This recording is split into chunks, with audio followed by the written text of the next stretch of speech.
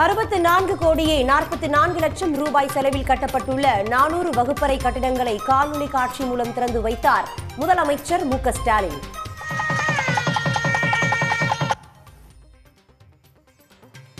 ஊரக வளர்ச்சி மற்றும் ஊராட்சித்துறைக்கான 95 வாகனங்களின் சேவைகளை தொடங்கி வைத்தார்.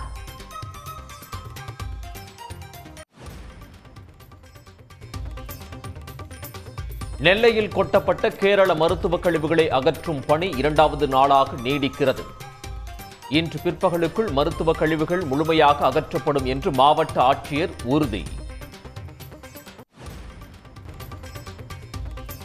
கேரள மருத்துவ கழிவுகளை தமிழ்நாட்டில் கொட்டினால் கடும் நடவடிக்கை, அமைச்சர் கே.என். நேரு எச்சரிக்கை.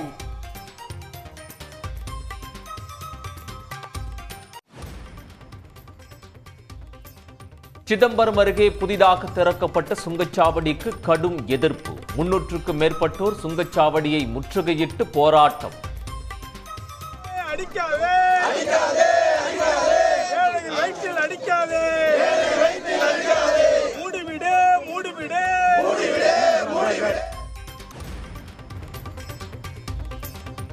திண்டிவனம் அருகே தண்டவாளத்தில் ஏற்பட்ட விரிசலால் நடுவழியில் நிறுத்தப்பட்ட பயணிகள் ரயில் 1 மணி நேரம் நடைபெற்ற சீரமைப்பு பணிகளுக்கு பின்னர் ரயில் புறப்பட்டது.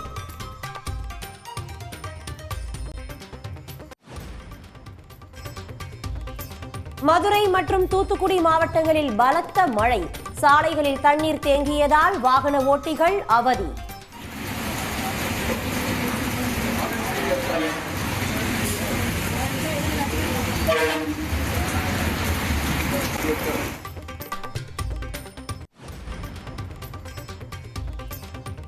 மும்மொழிக் கொள்கையை ஏற்றால் மட்டுமே நிதியை விடுவிப்போம் என ஒன்றிய அரசு நெருக்கடி. பள்ளிக் கல்வித்துறை அமைச்சர் அன்பில் மகேஷ் பரபரப்பு குற்றச்சாட்டு.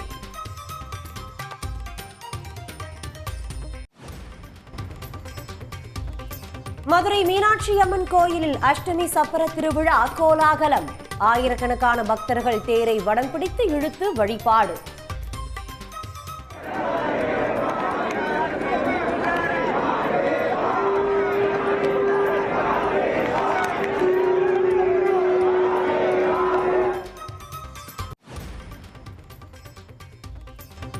போக்குவரத்து ஊழியர்கள் ஊதிய ஒப்பந்தம் குறித்து வரும் 27 மற்றும் 28ஆம் தேதிகளில் பேச்சுவார்த்தை.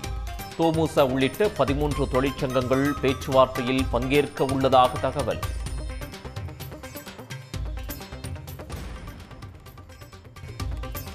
கல்வீச்சு தாக்குதலை அடுத்து அல்லு அர்ஜுன் வீட்டிற்கு பாதுகாப்பு அதிகரிப்பு. தாக்குதல் நடத்தியவர்கள் தெலுங்கானா முதலமைச்சர் கடும் கண்டனம்.